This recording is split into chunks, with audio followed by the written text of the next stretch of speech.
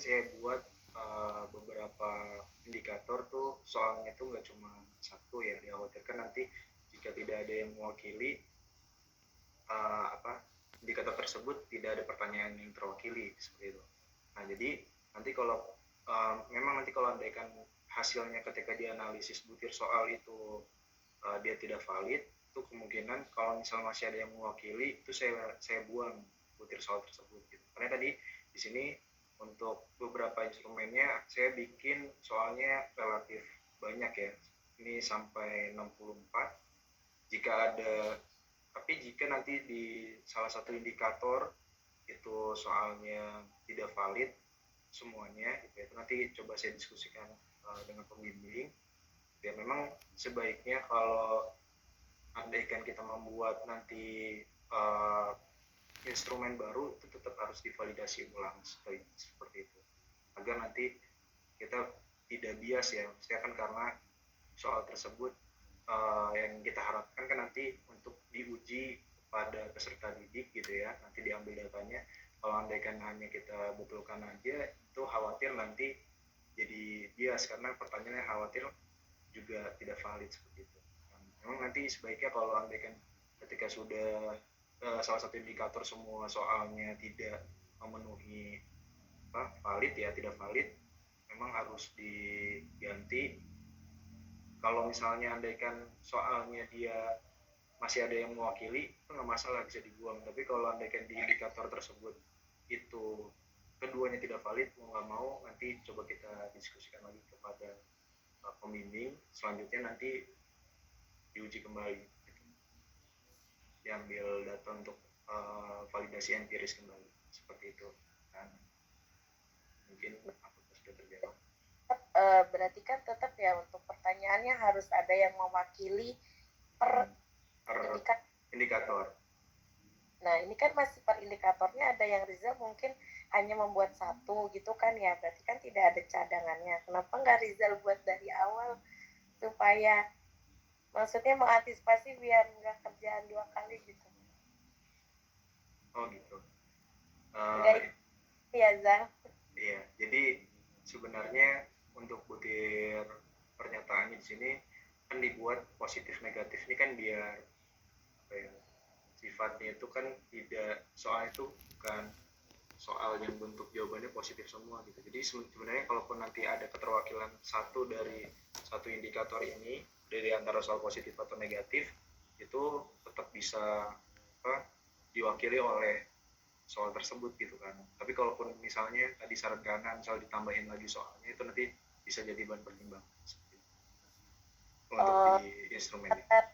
Pernyataan yang positif dan negatif itu jadi satu kesatuan ya, artinya salah satu diantaranya nggak apa, atau harus ada positif satu negatif satu minimal. Kalau atau minimal sih sebenarnya dia adanya keterwakilan dari soal di indikator tersebut seperti itu. Oh, masalah itu pernyataan positif atau negatifnya nggak jadi masalah, yang penting ada salah satu.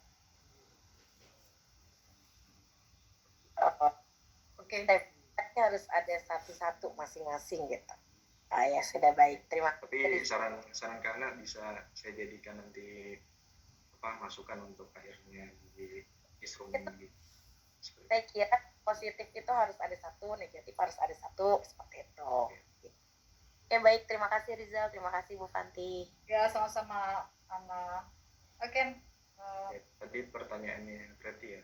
Berarti terkait paradigma lingkungan baru. Jadi intinya pada dasarnya untuk paradigma lingkungan baru ini kan pandangan baru terhadap lingkungan yang berkaitan dengan peran manusia yang terlibat di dalamnya. Makanya di sini kalau kita berbicara antroposentris kan salah satu tindakan makhluk hidup yang dia menghasilkan atau aktivitas yang menghasilkan bencana ya, atau misalnya kerusakan lingkungan. Jadi di sini paradigma lingkungan baru itu diharapkan manusia itu perannya itu bukan sebagai makhluk hidup yang sentral ya, yang intinya cuma hanya memanfaatkan lingkungan aja, tetapi dia itu berperan di dalamnya itu udah berpandangan sebagai ekosentris. Jadi menjadi bagian terhadap terjadinya sebab akibat yang ada di lingkungan. Jadi bukan hanya manusianya aja, tapi komponen yang ada di ekosistem itu itu sendiri seperti komponen biotik dan komponen abiotiknya satu. Untuk paradigma lingkungan baru. Tadi pertanyaan keduanya apa? Saya lupa. Berarti itu kurang Iya, lebih. Kak. Kenapa ngambilnya tuh konsep? Iya. Enggak Bukan konsep. pemahaman ya. Iya. Ya. Jadi untuk yang variabel keduanya kan itu variabel tes ya. Salah satunya untuk melihat gimana kalau kita lihat lagi di model Heinz di sini. Di sini kan pengetahuan kan salah satunya berpengaruh ya terhadap perilaku tanggung jawab lingkungan. Jadi kalau yang saya ketahui itu beda penguasaan sama pemahaman. Kalau andaikan penguasaan itu sendiri, dia bukan peserta didik bukan hanya memahami konsep-konsep yang hanya di ekosistem itu, apa yang ada di ekosistem itu aja, tapi dia bisa menerapkannya. Jadi kalau andaikan dia sudah mengetahui konsep-konsep yang ada di ekosistem, dia bisa menerapkannya dalam kehidupannya gitu. Jadi makanya kan di sini kan hasil akhirnya adalah menghasilkan perilaku tanggung jawab lingkungan. Kalau dia hanya pemahaman, lebih tingkatannya itu kayak C2 ya. Kalau di ya lebih memahami C. Kalau misalnya C2 di sini kan dia istilahnya cuma memahami konsep-konsep yang ada pada ekosistem itu aja. Jadi paham tapi belum tentu dia menerapkan itu di dalam hidupnya.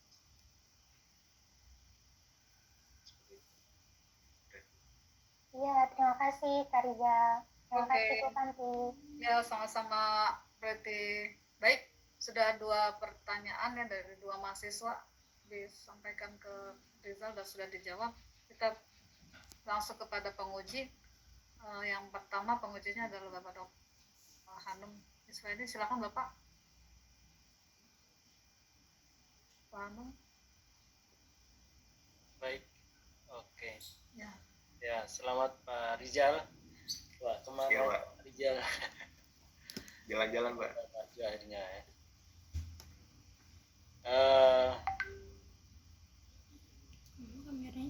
Ya, ini topiknya dalam banget nih, paradigma. Ya, Pak.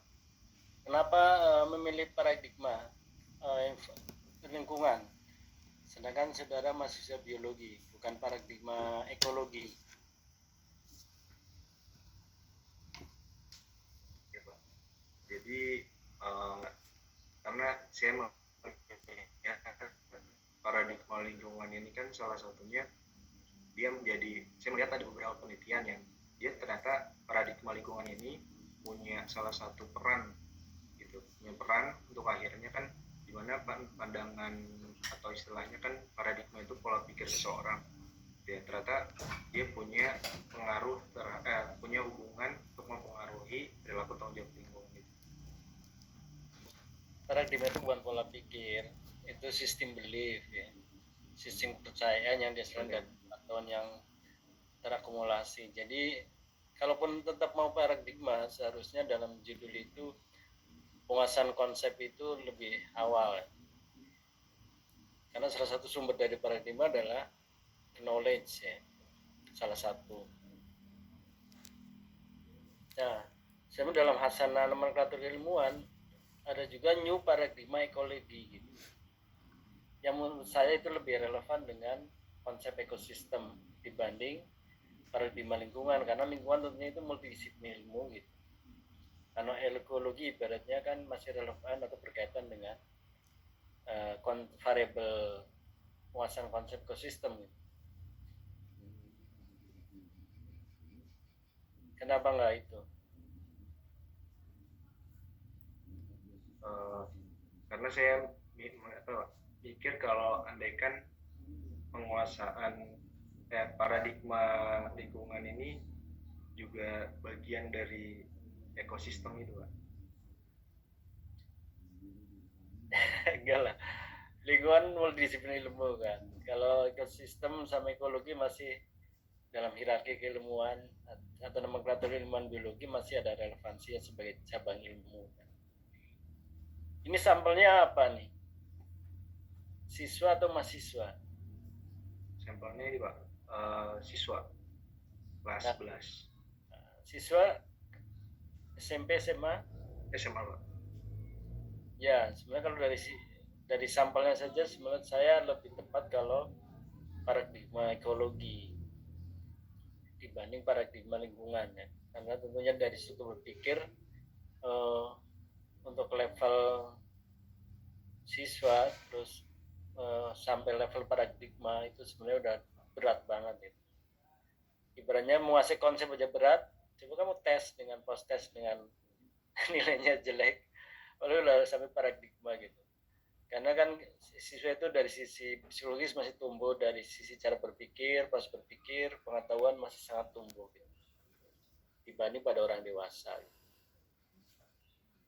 Nah, dalam studi tentang paradigma itu sampelnya lebih banyak pada orang dewasa.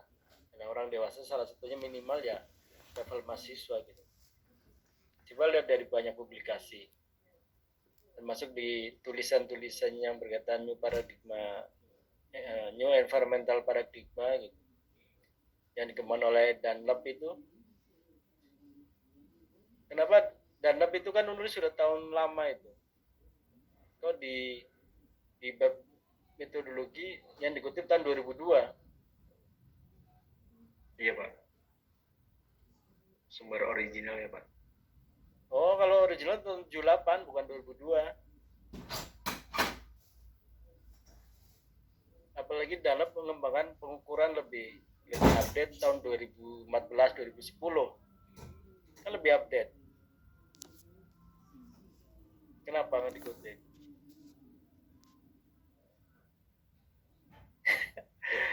Tanggung kamu udah berselancar di internet tapi nemunya yang lama juga nggak lama banget. Kalau lama ya dan tahun 78. Kalau kamu nggak update ya kamu nggak update 2002. Danap nulis 2014 tentang pengukuran paradigma lingkungan. Baik Pak, nanti coba saya Kemana aja ya, udah masuk internetnya berselancar lah itu dengan informasi sedalam-dalamnya.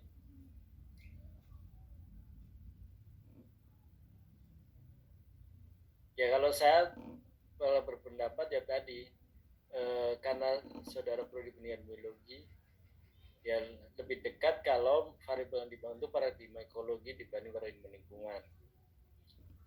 Oke lah, jadi kompromi salah satu variabel temunya lingkungan gitu. Terserah di variabel terikatnya gitu. Karena ini locus of control ini kamu ilmunya Pak Made lama itu masih diusung aja.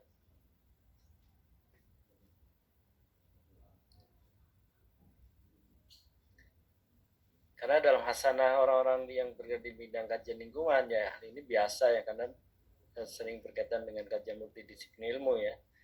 Tapi kalau Anda sudah memilih di magister pendidikan biologi ya keilmuan biologinya harus kuat, karena salah satu kompetensi dari magister ini adalah penguasaan di bidang konten biologi, bukan konten lingkungan.